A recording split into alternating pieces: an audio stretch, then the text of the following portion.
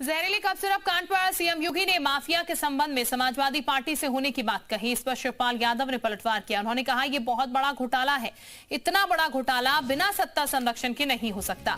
पूरे घोटाले की जांच केंद्रीय संस्था के करवानी चाहिए। जांच में पता चल जाएगा कौन दोषी है। देखिए, इतना बड़ा घोटाला, इतना बड़ा घोटाला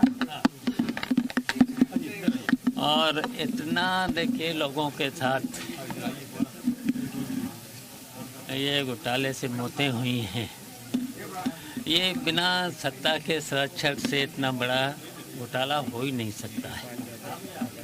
तो इसकी जांच केंद्रीय संस्था से कराएं, जिससे पता चल जाना चाहिए इसमें कौन कौन दोषी हैं।